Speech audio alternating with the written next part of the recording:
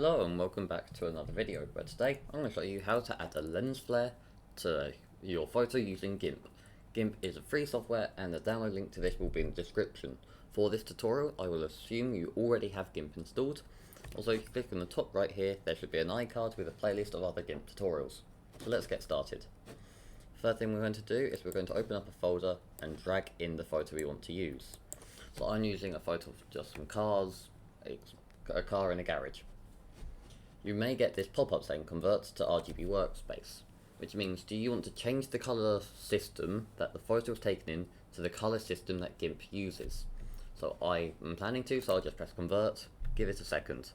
The download link to this photo will also be in the description like it always is. So the first thing we're going to do is I'm going to go to color and curves. This will let us change the color curves and the brightness, etc. So if right here at the very bottom-ish, so close to the bottom, I'm going to place and I'm going to drag it up by a bit. You can see sort of brightens the whole image. And then I'm going to do the same sort of thing here close to the top, so the image is a bit brighter. You want to see the difference from what it was to what it is.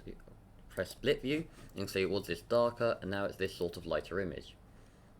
You can just, there's no set way or place to put these points. It will be a lot of just trial and error with your photo to see what works and what you think looks nice.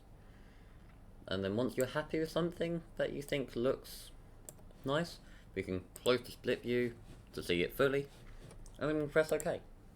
So I'm sort of happy with the new brightness of that photo. Next thing we're going to do is we're going to go to filters.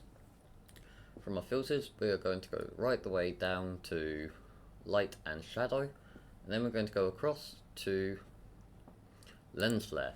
So there are a few different things here and settings.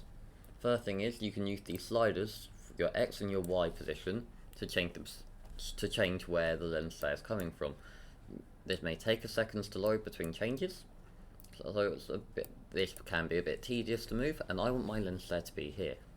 So instead of having to just click through all of these menus, you can press on the pointer icon and then you can click to where you want your lens flare coming from.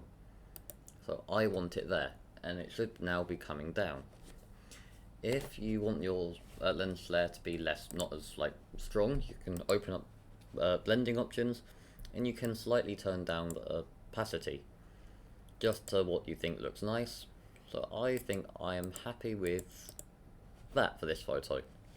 And you want to see what it looks before and after, you can click on split view, and that's what the photo looks like, and that's what the photo looks like now. So we can now close our split view, and we can press OK. It may take a second, or it may be instant, and here is the new photo.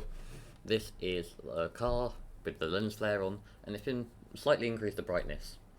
If you like this video and want to see more videos, I have done many videos on Gimp, photo editing, video editing, etc.